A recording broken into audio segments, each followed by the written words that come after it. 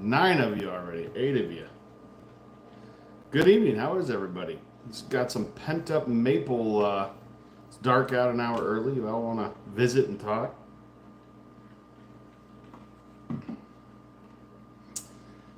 All right. I got to pull this up on my computer. Give me a sec. So this is going to be probably more of a podcast format. Probably better for a podcast because I typically use StreamYard, which the Maple Dude taught me about. And StreamYard allows me to share. I can control this much better through StreamYard. It also does a better job of controlling spammers. So I have no idea how this is going to go. And I can't see. Can you guys hear me? I haven't seen one comment yet. Let me get some.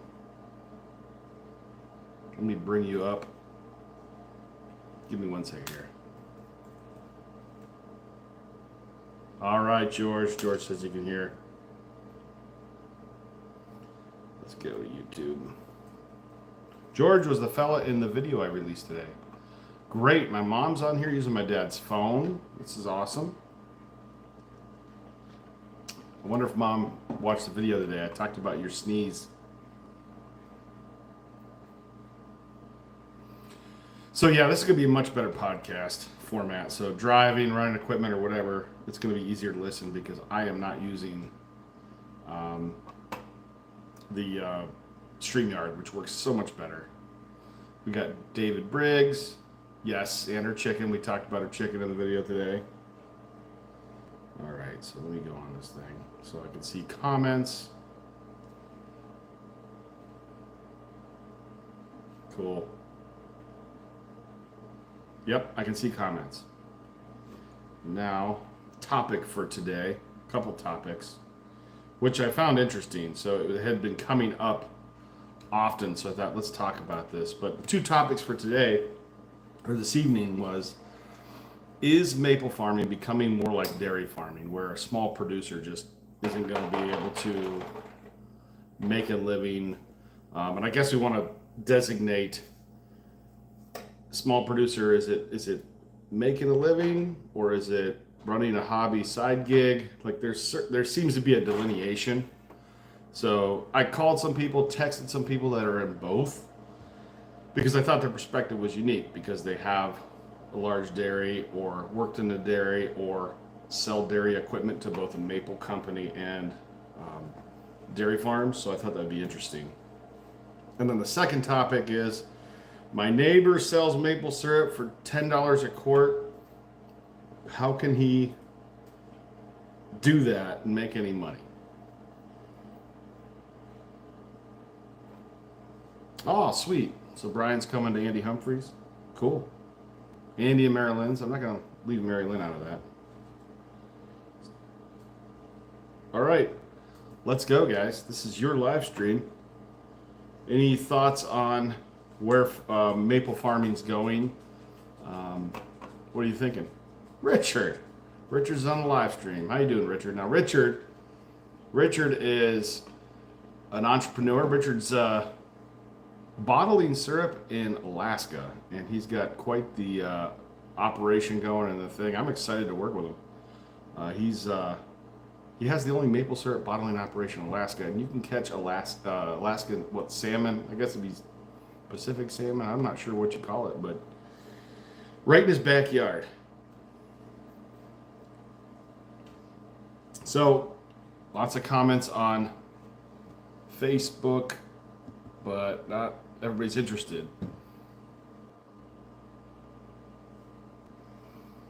Brian, I might be able to swing by your sugar bush. So here's what I typically do.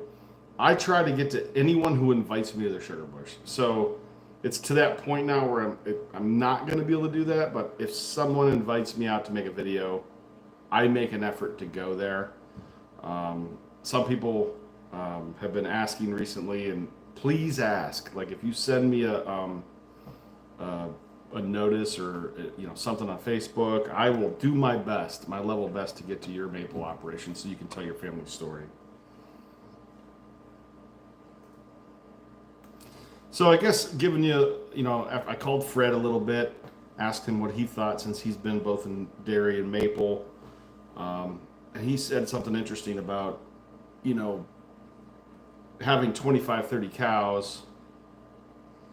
It's difficult to have a full-time job. So in maple, it's easier to do a full-time job and do maple than it is to try to do a full-time job in dairy. It's, you can't take vacations. It's not seasonal. And especially with the automation people are coming up with, think about Sap Spy, Farm Blocks. Clayton Christie has an evaporator that's fully autonomous, so it runs itself. And the flavor's amazing, by the way. And I will say this, I think it's actually better than his steam pans. That's my personal opinion. So any thoughts on Fred's statement that you can do maple and have a full-time job, but it's very difficult to have a sizable dairy? Now, hobby, it's kind of like the hobby side. We're not really talking about that tonight because, there's lots of people with like 5-10 buckets. They're doing it for fun, boiling with a turkey fryer, all that good stuff. So, Fred is actually going to be in Alaska at the end of July, so I'm not going to be able to, I'm going to try to meet up with him. David Briggs, 90% of my clients are hobby guys, so they usually have a full-time job. Where's that breaking point? I know, at least for me, thinking about the state of Ohio, about people who make a full-time living in maple.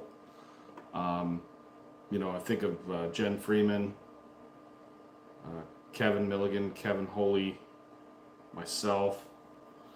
I think Fred Aarons probably does.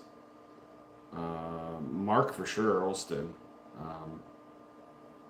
These guys and gal are, they have a full-time maple job, and they're making it.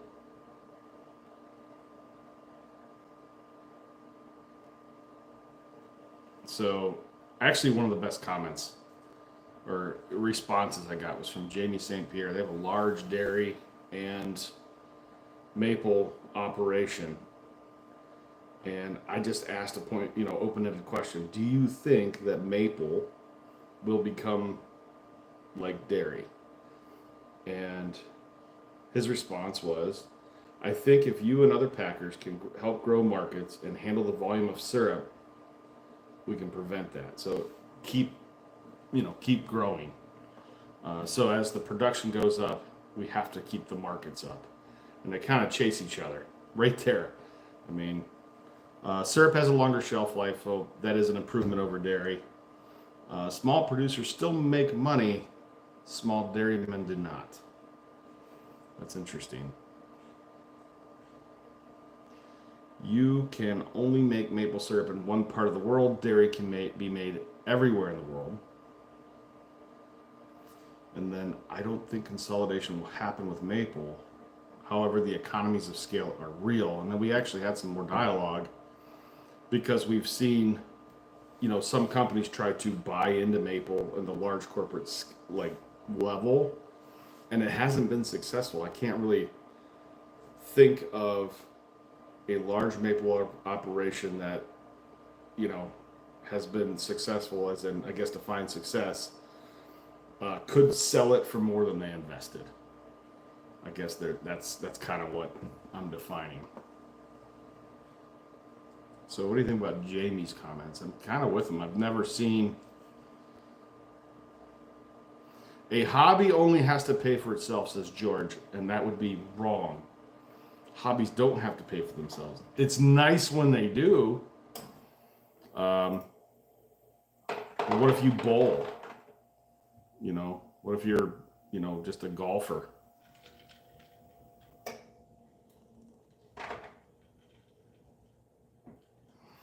Okay, I'm missing some comments. Let me catch up here. So Fred Aaron says it's very tough. Sharp pencils are a must. Miss David's comment here. So from strictly numbers, but this is also variable to be full-time maple in my exact area of Michigan, I would need to be right around 15,000 taps. Now, is that as a bulk producer, David, or is that just making that much syrup and then keeping up with your markets. David Briggs also says you need to be more automated to work elsewhere, and that can be expensive. But the cost of automation is going down. I mean, I remember 15 years ago, I thought it was slick that I could turn a pump on with my cell phone, my vacuum pump, if I was away from the sugar house.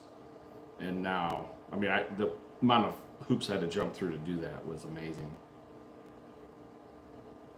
Vince says, working full time, hobby, business sugar making, I can get sooner or later $20 for a 12-ounce glass bottle. You can't cheapen the craft, which is true. Markets vary in different areas too. That's for sure.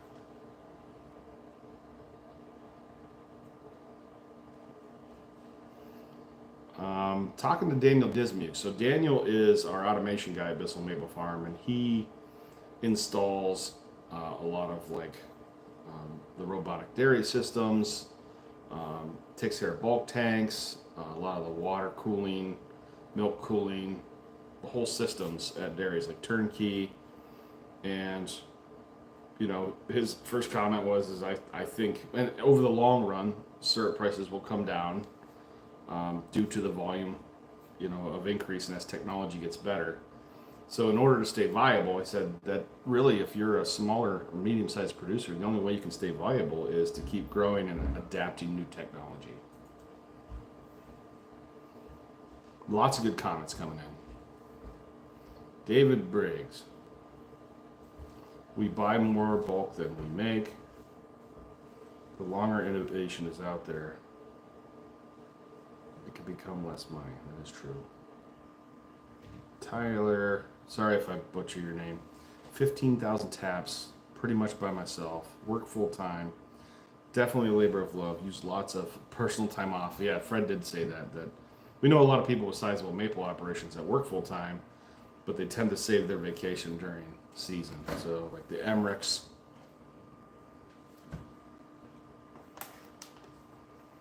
Yep, this is what David's saying. That's me. Marketing and selling, but having a packer, bottle, and ship. So we have to define it. I mean, what is the, how do you want to make a living? Because a lot of the questions that actually came up were statements.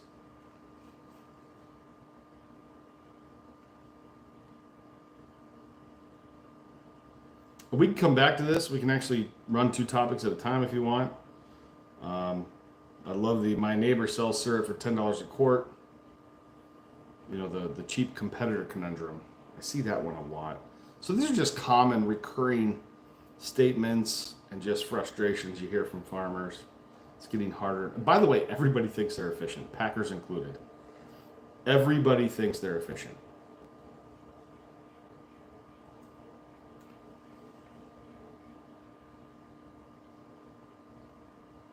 Oh, that's another good point, Fred. So the other Fred, our Fred, said that the farmers have a little bit more control because they can actually bottle and sell their product. So they can control a little bit more of the marketing and sales side. With dairy, they don't really have any control in the end use. They can't sell it. He was telling me something about 5 dairies basically got shut off. Like they were selling milk, and then I don't know who it was. I mean, Walmart always gets a bad rap, but it was somebody was buying milk from 5 dairies and then basically said, we're done. And they had no, they started dumping milk. There was nowhere to put that. But at least with maple, you could, through effort and energy, put it in bottles and sell it for slightly above bulk and, not have a complete loss of your crop.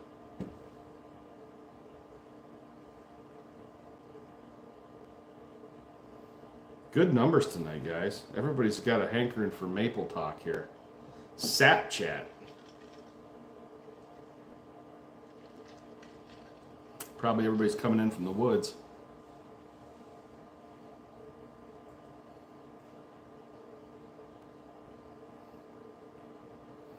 I've also heard, it's not really one of the questions we were going to talk about tonight, but I've heard it over and over, is the collective we need to do a better job of marketing. I've heard this several variations of it. We need to do marketing to get the price up. Um, that comment, I mean, different variations of it. Um, whether, somebody out there in the ether, not me, but somebody out there, and I'm just kind of paraphrasing, somebody out there needs to help increase the price for me. So River Hill Maples working on the Sugar Shack. They come and go on my phone a lot faster, and I can actually read it down here on my computer, so I apologize not being able to look at you. Southern Wisconsin, the only full-timers I know of are equipment dealers. That's where the real money is, in my opinion, even better if you're manufacturing that equipment. Dusty, I can tell you another conundrum that's going to happen. Obviously, with the prices of syrup down, there's not a lot of equipment moving, and I would disagree that equipment dealers are getting rich. It may seem like that, but I know I'm done. I mean, there's no. It's just a thankless. You make nothing. You're basically doing it at least trying to break into the equipment. The barrier of entry is high. So if somebody has a lot of equipment, they've been established, trying to get into selling maple equipment is difficult unless you have a niche that no one else does. But yeah, it's a difficult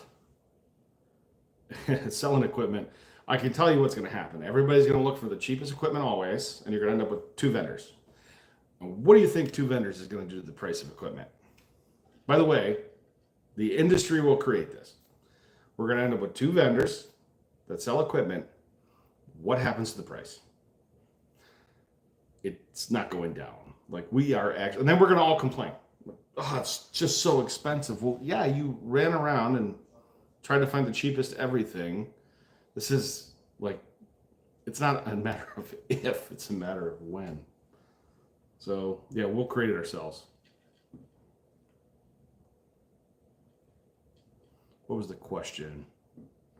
I don't think there's going to be a company like Bascom again. I don't, I think initially I was trying to model my business after that because I thought if I sold equipment, then, the farmers could buy equipment and then we could trade syrup for equipment. And, I love making syrup. It's what got me into it. And then you start meeting guys like Sean Dunning and Dan Crocker, and you realize like, yeah, I suck at this. Like these guys are at a whole nother level.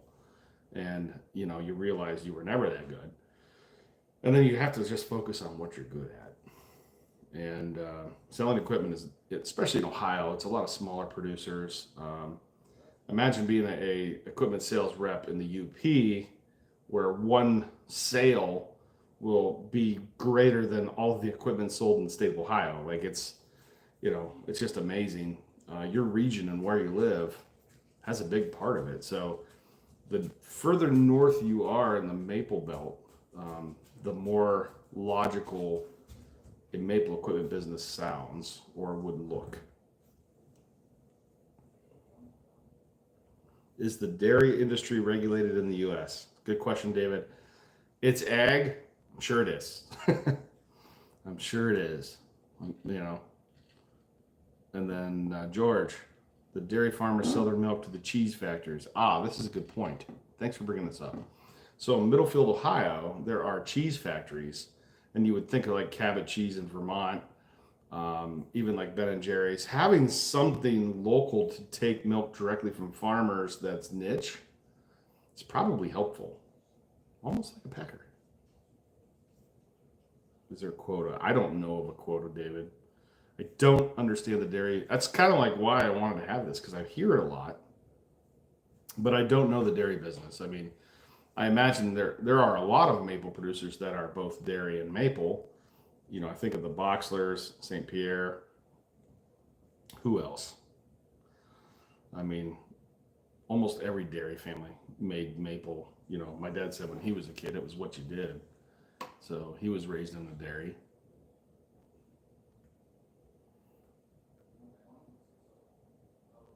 Six different maple vendors.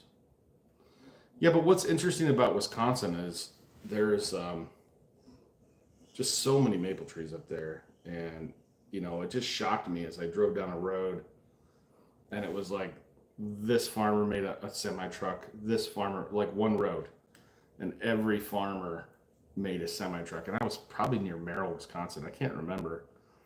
And I've also heard, I mean, correct me if I'm wrong. I mean, I'm wrong sometimes. That's what happens when you talk and have conversations. Like, I'm not afraid to be wrong. I have strong beliefs that are weakly held.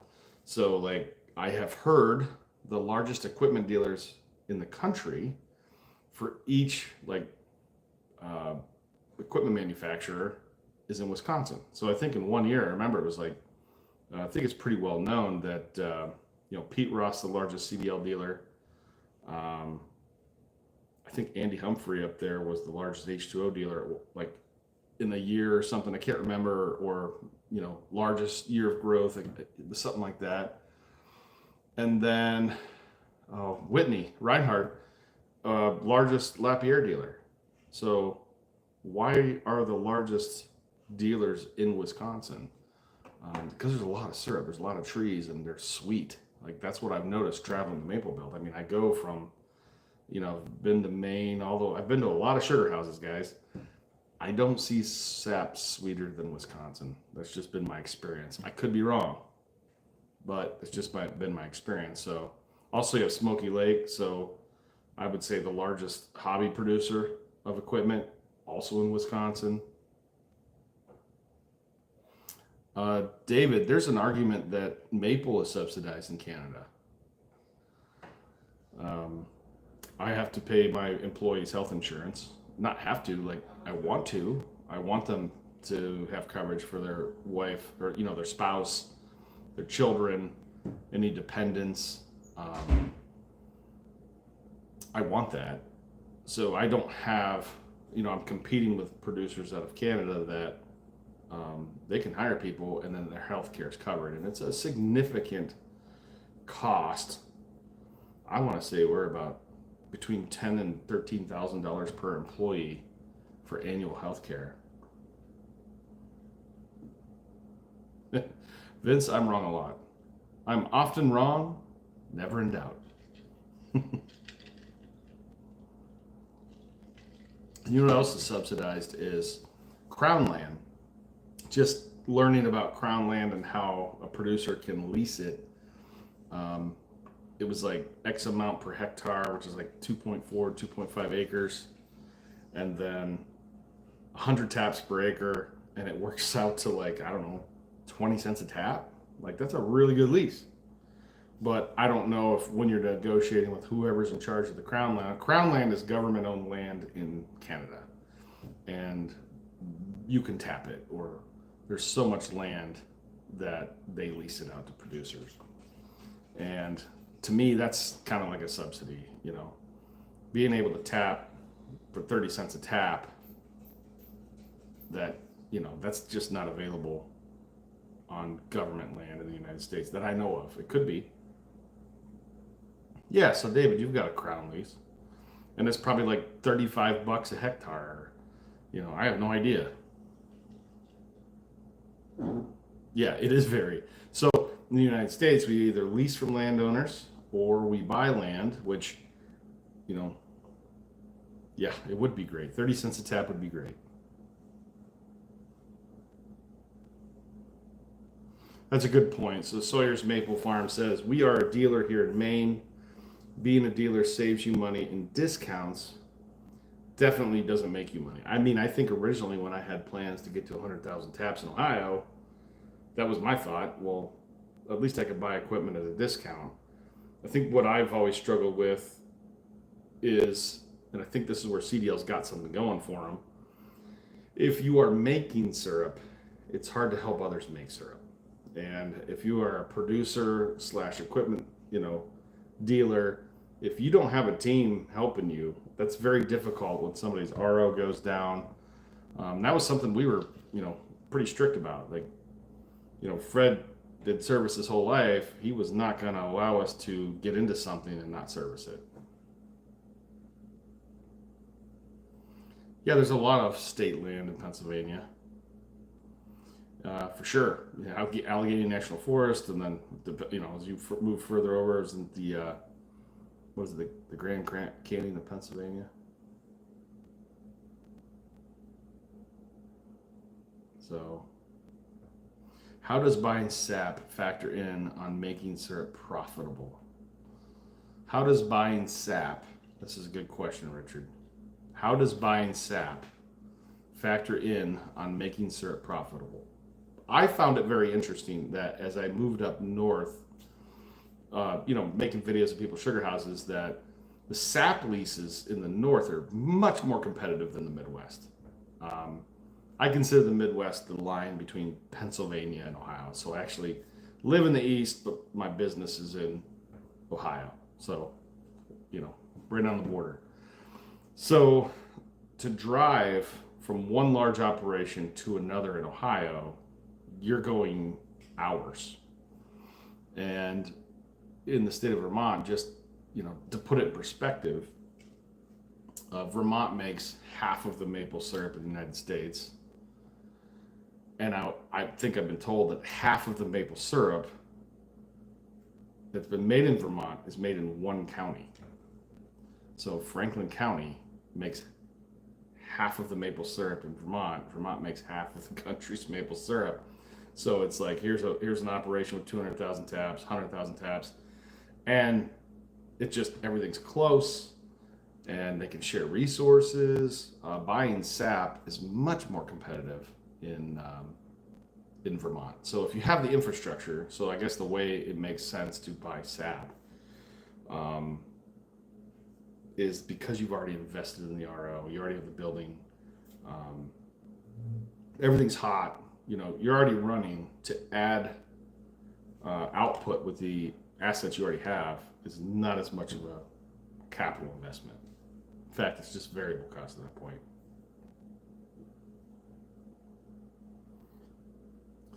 $66 per hectare. And I'm going to do the math for you. How many taps per acre on that, David? About 100. I mean, they're smaller trees. You don't get as much sugar in New Brunswick, but so is a hectare, somebody want to look that up for me real quick? Is a hectare 2.5, 2.4 acres? I want to say 2.5. So let's take 66 divided by 2.5. And that would be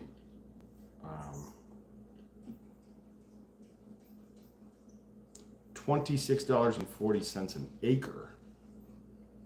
So divide that by 250 taps. So divide $66 by 250 taps. Let's just call it that. Boom. 26 cents a tap. Our trees only run 2%. Well, boo-hoo, David. You're not going to get any sympathy from Ohioans tapping red maples.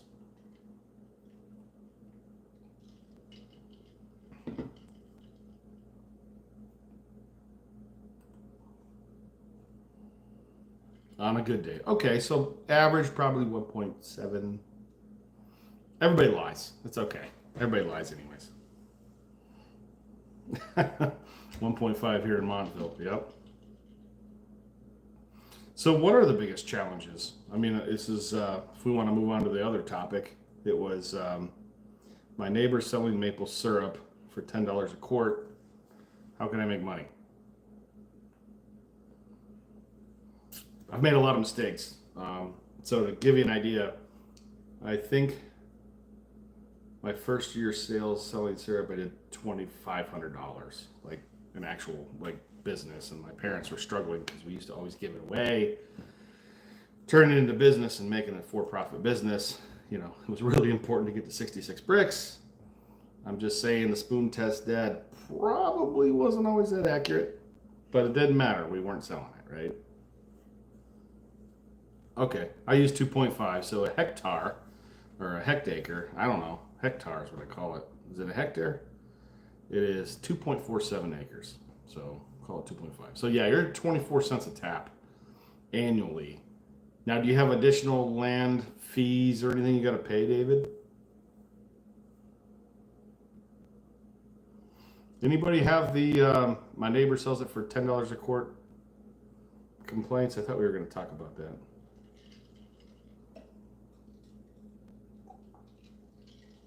The industry needs an MSRP on syrup. We need to normalize $20 a quart. Well, to kind of put that in perspective, so Costco sells as much maple syrup as the United States makes. I mean, on paper, you know.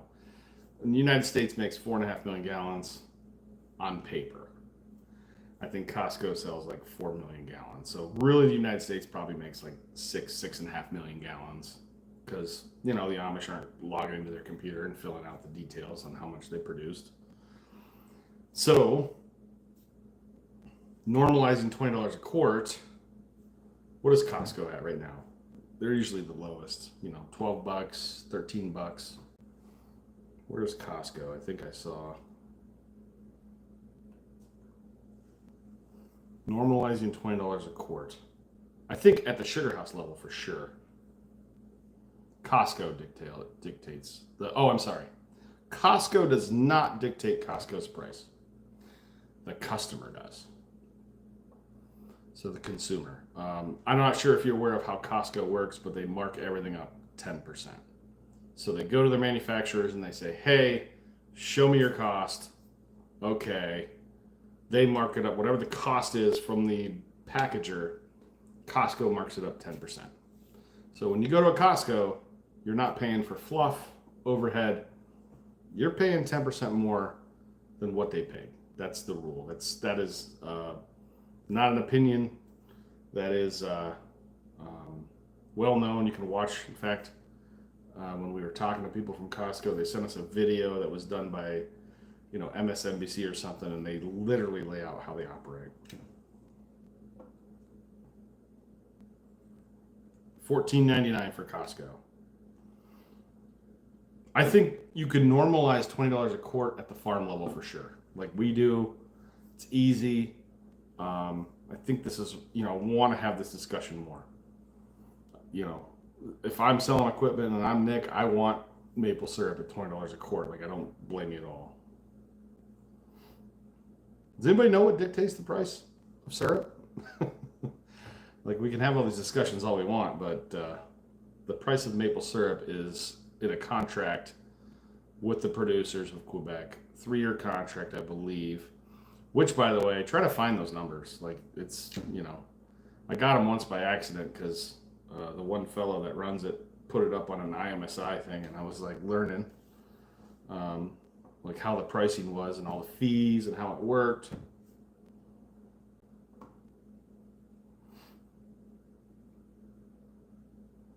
But yeah, right now I believe the Canadian dollar is 72 cents. I just looked at it today. It was 72 cents US is the Canadian dollar. So when they set the price of maple syrup, they set it in Canadian dollars. So let's just say Amber's $3.35. Well, it's not really $3.35. It's going to be into the US, it's going to be lower. So when the US dollar is stronger against the Canadian dollar, syrup prices will come down. When there's parity and they're equal, the price of syrup in the United States will go up. So what you need to hope for is oil to go up. The price of oil makes the Canadian dollar go up, and then that'll make the price of syrup go up.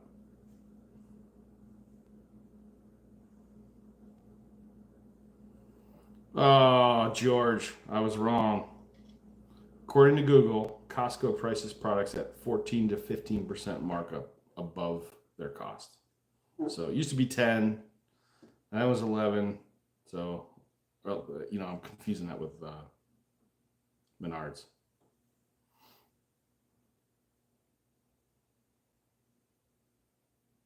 Vince sells Costco cash registers, and they resell them at 10% markup. But you must be a member, so the market isn't killed by them. That's interesting. $20 a quart. So the hardest lesson I've had to learn is when you make syrup, you're very passionate about it. It is who you are. It is you. That product is you. And any rejection of that is a rejection of you. That's how we are. So we think everybody's our customer. And the toughest lesson is learning that not everybody's your customer. There always needs to be a cheapest. Always. You don't want it to be you. You need to be thankful for the individuals that sell their product below market value. Here's why. If you sell on price, you lose on price. So if you're selling a product to somebody that only buys it because it's lower cost, then they don't really like you, they like your price. And I'm going to use an example of the industry I'm in, which is packaging syrup. And there's always a cheapest. And I used to want every piece of business. This is something I've learned. It took me some time because I hated no. I hated you're competitive. You want your syrup on the shelf. Now I'm very much in tune with, is this a customer I want? So I've asked to bid on some farm ag stores like Farm Fleet. Every year they ask me to bid. And the maple syrup in that store is the cheapest maple syrup that I've ever seen on the shelf. And every year they ask me to bid. And I'm thinking to myself, number one, if you already have the cheapest packer selling you syrup, why are you putting it out to bid? Because they don't care.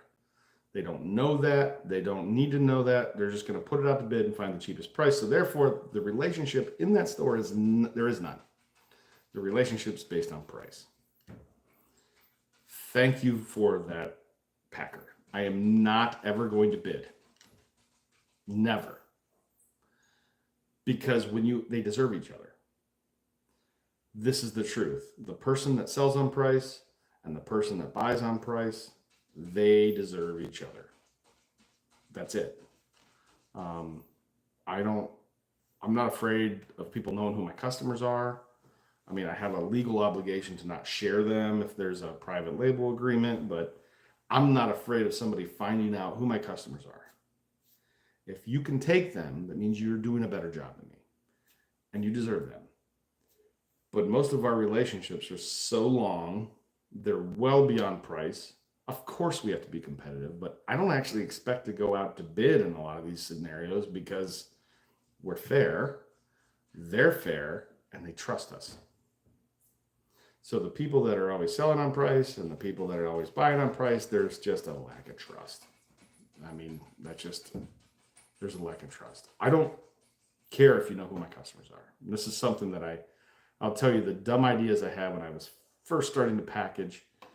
I was so afraid to have Bruce Bascom package my syrup because I thought that he got there by stealing customers from guys like me. And how stupid was I? He had so much patience with me. We sell a lot of bourbon barrel aged maple syrup to a lot of different companies, maple farmers. Why would I hurt that relationship? What does that say about me? Why would they steal their customers? What does that say about me? The thing is you think somebody will do that because that's what you would do in their situation. It's called bounded rationality. It's what you know. It's the world you see. I'm not going to go make a deal with somebody. Hey, I'll pack your syrup for you. And then steal your business. That's not ethical. It's not right. You know, my word means something. But I literally thought that's how packers got where they got, by stealing and taking. And no, they got where they got because the industry grew, and therefore they grew. But as long as demand keeps growing, we're good. But I think about that. I used to think that packers got where they are by stealing business from people. It drives me nuts when, even in the state of Ohio, somebody will let a piece of business go because you need a certification they don't have. They'll rather let it go to the ether. Why? Call me up. I'll put you in it. Keep the business. Why would you do that? It doesn't make sense to me. You hate making money, I guess. So, my long rant. What have I missed? Royal cash registers. Let's see. Steve, so you're saying we shouldn't be in favor of drill, baby, drill? Listen, I have no control over it. I don't really care. I don't even look. I haven't looked at the gas, what the price of gas is in 20 years because it doesn't matter. It doesn't matter. You're going to put it in there. Like anyone who's shopping for 3 cents off is going to spend more time driving around looking for cheaper gas. Some people I know are obsessed over that. And the funny thing is when I had a corporate vehicle and a corporate gas card, guess what I learned?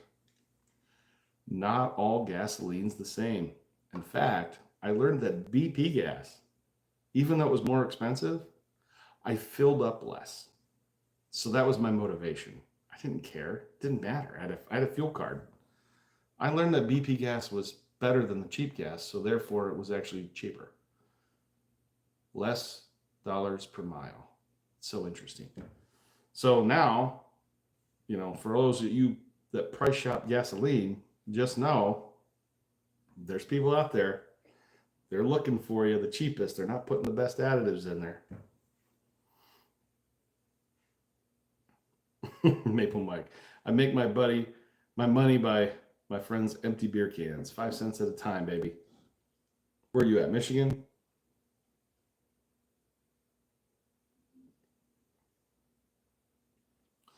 The small farms win over the packers on flavor. Customer tells us all the time our syrup is way better than from the stores.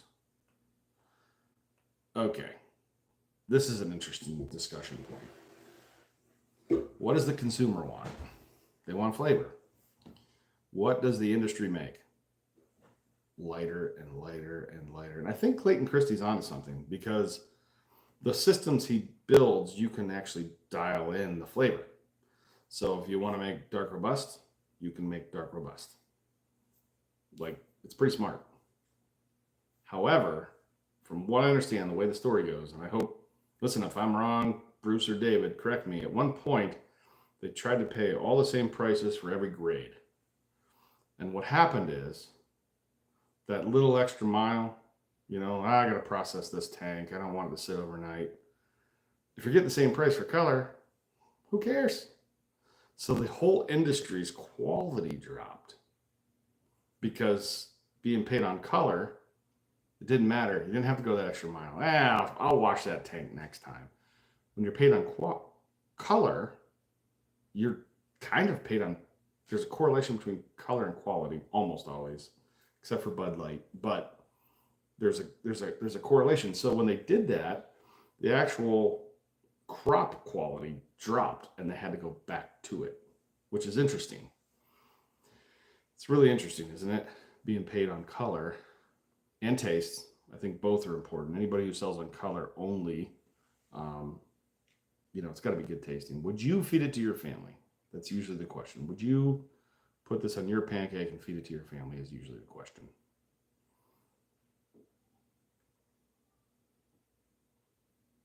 Discuss away. What are you asking here? We do not blend. Oh, so yeah, flavor. Dark robust is becoming harder and harder to find. My personal preference, I just think it's tough to beat a wood-fired evaporator making dark robust. I don't know. It's what I was raised on. It's what I like. Wood-fired evaporators can run hotter, so you get more caramelization.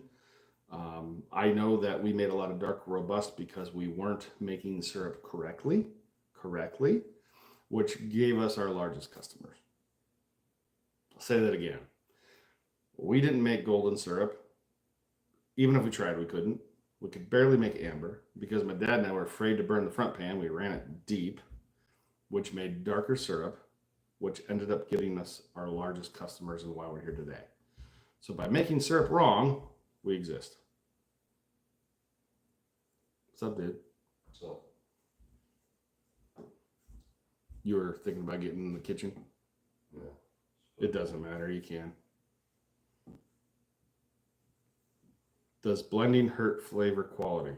Doesn't have to. I would say it doesn't have to. There are people that blend to hide flavor, which we do, but we ask our customer and make sure they understand that. Not all dark robust is the same. Not all very dark strong is the same. Have you ever had good tasting very dark? I have. It's kind of a rarity. Good. If you make good tasting very dark strong, call me, because your syrup is valuable. It's not less valuable. I would argue it's at least equal value, if not more. This is the truth.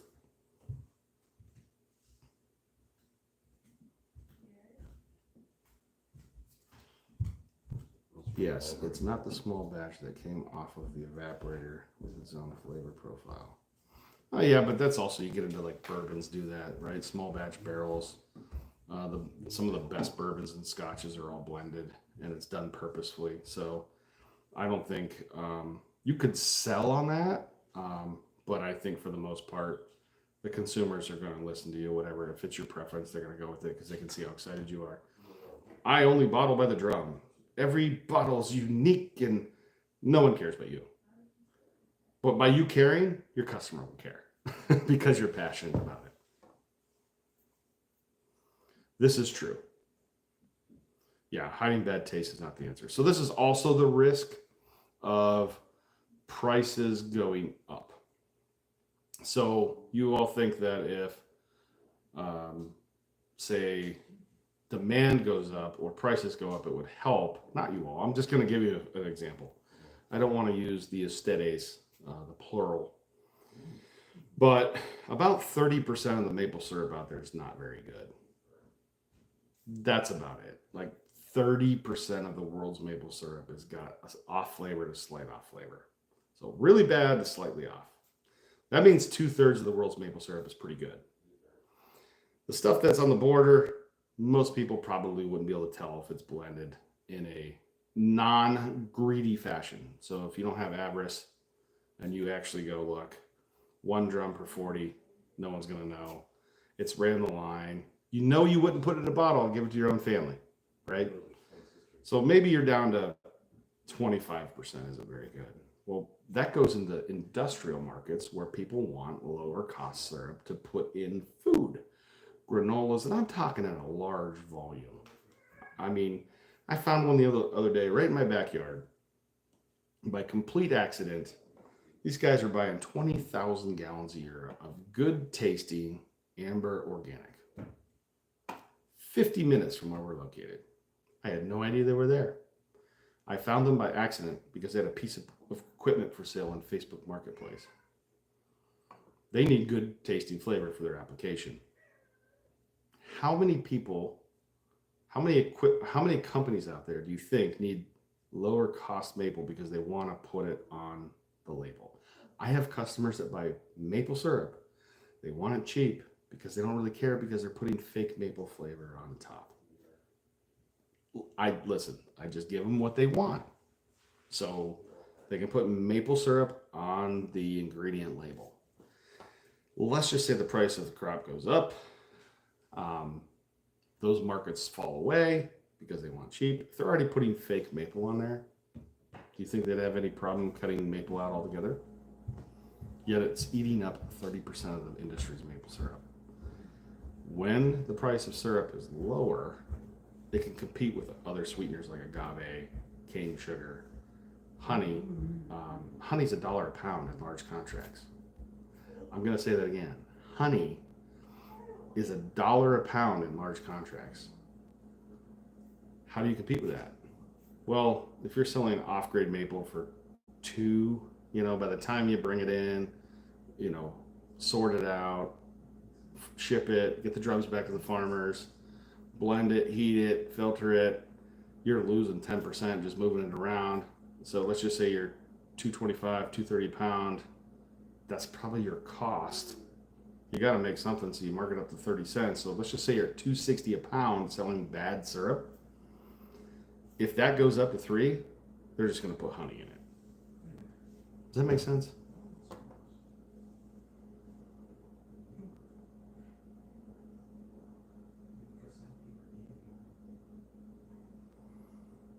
Nick's got it right. You blend good syrup with good syrup, it'll make better syrup. You blend great syrup with poor syrup to cheapen cost, and you'll make half bad syrup. I've had chocolate from early buds. I don't know what that means. My last boil was lighter than the first boil, but had a weird chocolate taste. Yeah, yeah, later stuff. So it's like a bell curve. So bell curve, the crop's like a bell curve. Sometimes you get mid-season warm-ups that, New York had about 30% of their crop was just off this year. So, I mean, like noticeably. So the farmers, it's like, what do you do? Well, just blend it, Nate. Yeah, I buy 1 billion gallons of syrup and I can blend everybody's off syrup. That's usually the idea for the farmer. Just blend it. It's not that simple. In fact, it's kind of difficult to find homes for it, just so we can continue to buy whole crops. That's really what we do.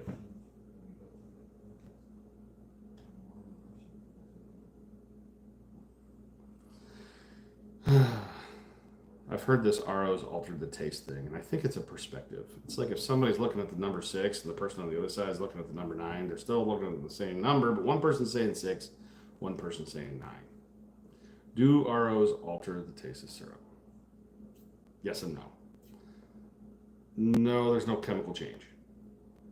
But what happens is you can process it faster. So most likely it will change the flavor by making it lighter in color and less maple flavor. So by definition, does RO change the flavor of syrup? Yes, but not in a negative way. Does that make sense? Like, ROs don't chemically change syrup. Like, unless the laws of physics don't apply on planet Earth. If you see time travelers in your sugar house, then you might be able to have that argument.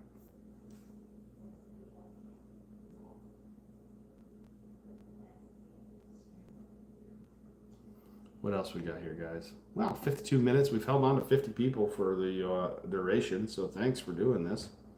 It's been fun. There's definitely, with it being darker, colder weather, definitely more pent up, maple syrup chat time, because there ain't much maple syrup chat going on in the summer, that's for sure.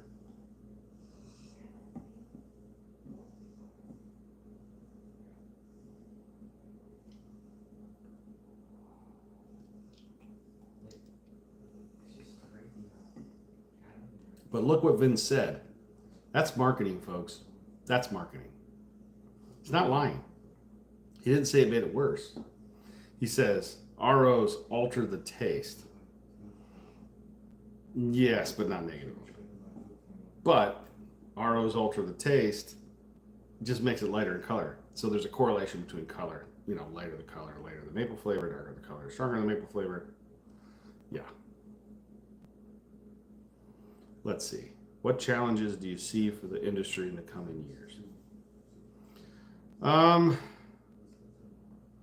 I don't know. Like, I don't know. I mean, you'll go crazy trying to predict everything. Like, you can't. You really can't predict.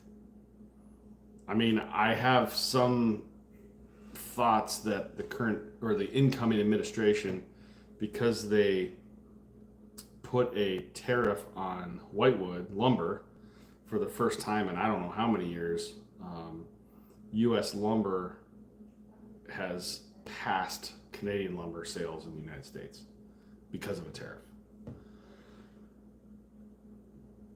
I don't know. Like, I'm not saying, like, is it a good thing? Like, is it a good thing?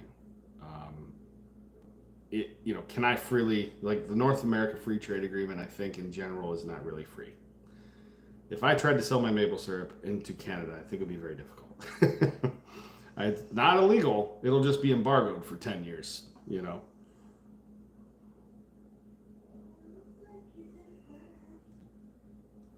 So is it really free? I hear a lot of times milk being sold really cheaply in the United States from Michigan.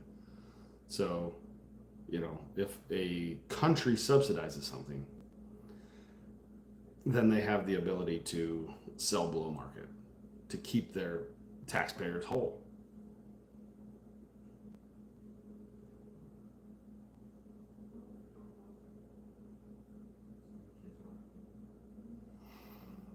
Kevin. Kevin Holy makes a good point. 60% of producers are above 65 years old. That's definitely a hurdle moving forward, isn't it? Yeah. Yeah. Night, David. He's in Atlantic time zone, which I did not know existed until I was actually in the Atlantic time zone. So the Eastern time zone, there's another one called Atlantic. So they're even an hour earlier in New Brunswick than Maine.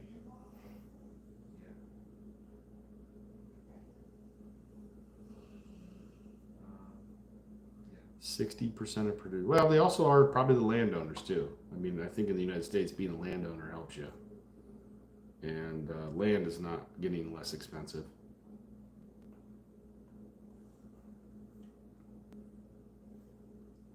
Hey, we're at our peak here. 55 of you.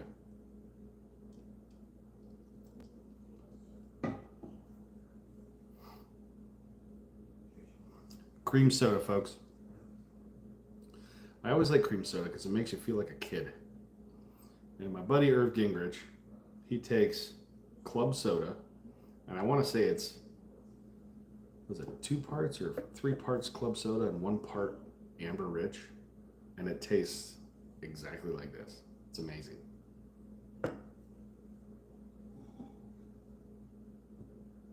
Thanks, Anthony. Listen, Maple's a sick addiction. You got to get it where you can get it.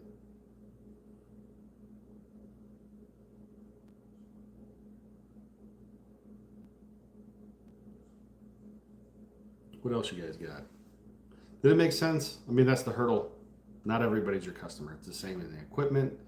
I don't care what it is. When you think everybody's your customer, you're going to try to be everything to everybody, and that's impossible. So you got to pick where you want to be and then go for that. So at first, if you have all the cheapest, worst customers, and you decide, look, I don't want to be used by everybody anymore. I'm going to sell mine at a price that I can actually make money, make a living. You're going to lose the price, people. And it's okay.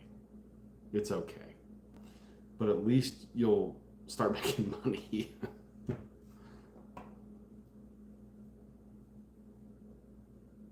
Thank you, Vince. Thanks for watching the channel. Yeah, it's been good. It's clear that everybody likes the maple operations because how many people get to travel at maple operations in general or what, during season? So I'm hoping to be really busy in season. Within reason. What's within reason, Kevin? What's within reason? Lots of debates on like opinion versus fact or, two sides or perspectives, but there are things called principles that are not an opinion. Like gravity. Gravity's not an opinion. It's a principle. If you drop something, it will fall. There are principles that always existed and always will. You can't give your perspective.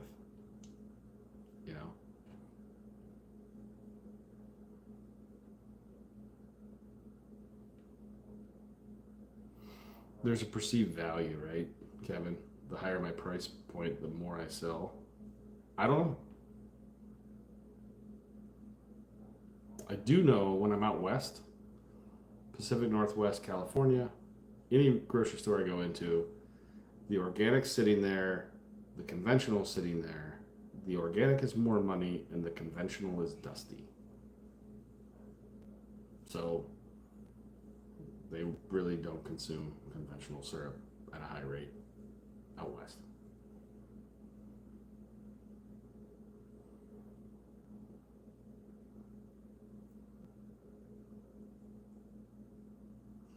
Nick, cheap sellers know the value of their product. But to a fault. To a fault. There's almost a guilt with selling it for a profit.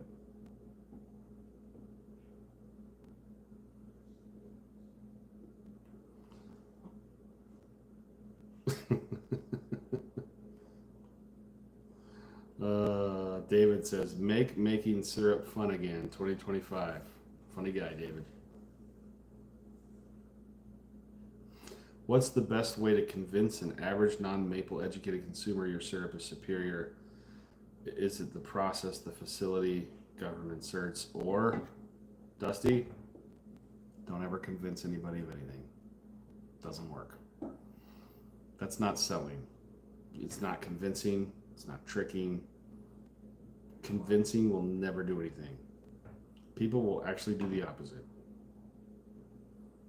It's just give people what they want. Give them what they want. It takes a long time to educate people. And you got 90% of the population to educate. That's an uphill battle. And I think this is where people are talking about, hey, we need to educate the consumers. I think this is what we need. And, I think this is what people mean when they say, hey, we need to do something. Because there's so many more people that don't eat maple syrup. I mean, it's kind of my life goal. I think there should be maple syrup on everybody's kitchen table. If you sample it, people sell it or buy it. That's true. 100%. Sampling sells it. But I think that's what we mean. So what would be the best way to get maple syrup out there? I mean, how many people bought duck calls because of Duck Dynasty and never actually went duck hunting?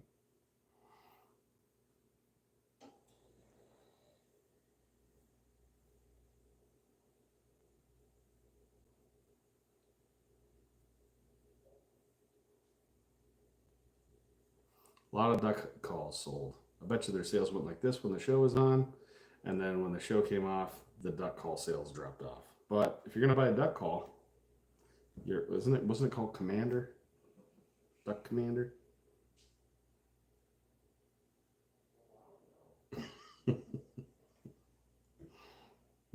You're David.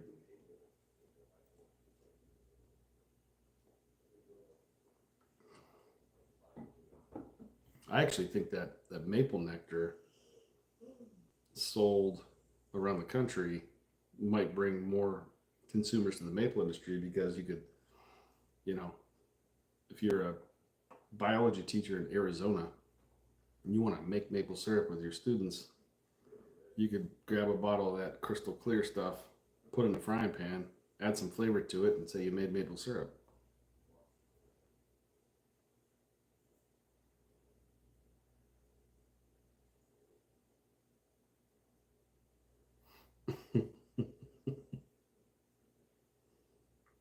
You're a funny dude, David.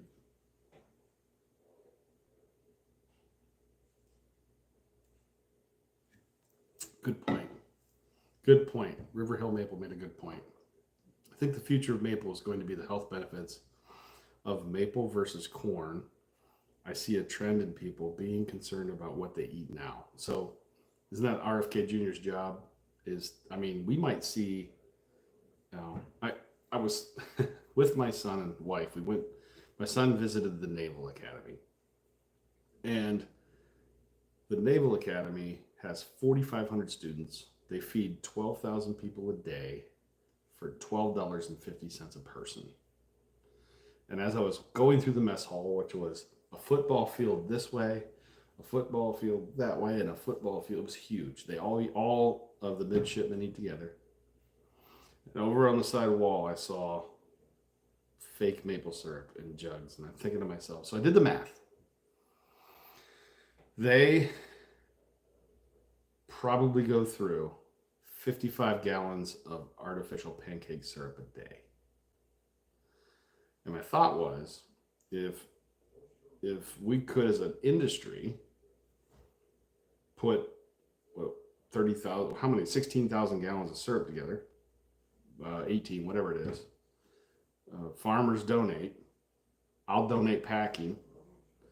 I'll donate the labor, and let's make the midshipmen real maple syrup, so they're not putting freaking chemicals in their body.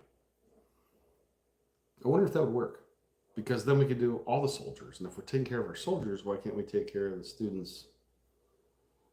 In elementary schools. I don't know.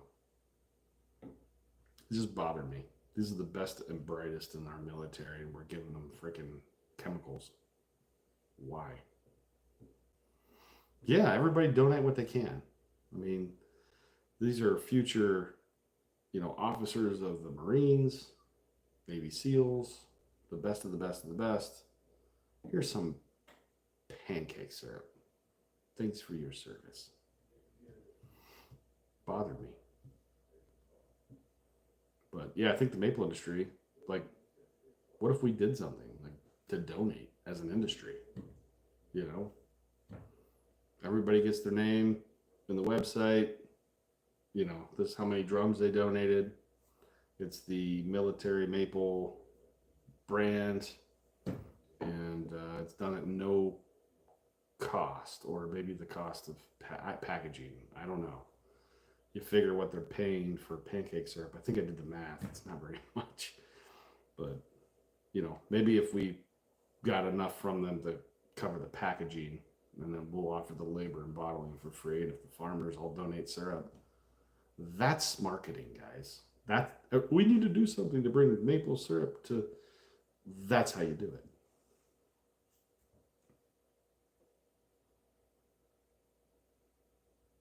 Exactly, Nick. I mean, that's when I went to college and first freshman year, I went over there and it was fake syrup. I was devastated. I already did a tweet to Elon Musk because it'll help with the government spending too. So RFK, Vivek, and RFK, Elon, and the United States Naval Academy. Let's do a syrup project. And hey, if we can do it with maple, maybe they can do it with other things. Because I was like, how do you beat $12.50 for food for 3 meals? How do you beat that? It's like that's cheap. It's a lot of food though. It's the largest. It's the largest dormitory in the country. And I'll leave you with these 2 facts. 3. Largest dormitory in the country because it's all connected. 4,500 students living in the same dorm. Has its own zip code. It was the first place in the world that the speed of light was measured. And they actually had it marked on the ground where one of the professors there was told, hey, the French are getting close to measuring the speed of light. And they told him to do it, and he didn't really want to. So he won a Nobel Prize. He was the first American to win the Nobel Prize, I believe, in physics, because he measured the speed of light. And then the last fact, one of the last buildings that was built on the Naval Academy campus was named after a woman who did computers. And one day she was working on the computers and it wouldn't work right. So she pulled the cover off and had contactors, and there was a moth. So it wouldn't make contact. So she opened it up, took the moth out, and wrote down in her book that I debugged my computer today.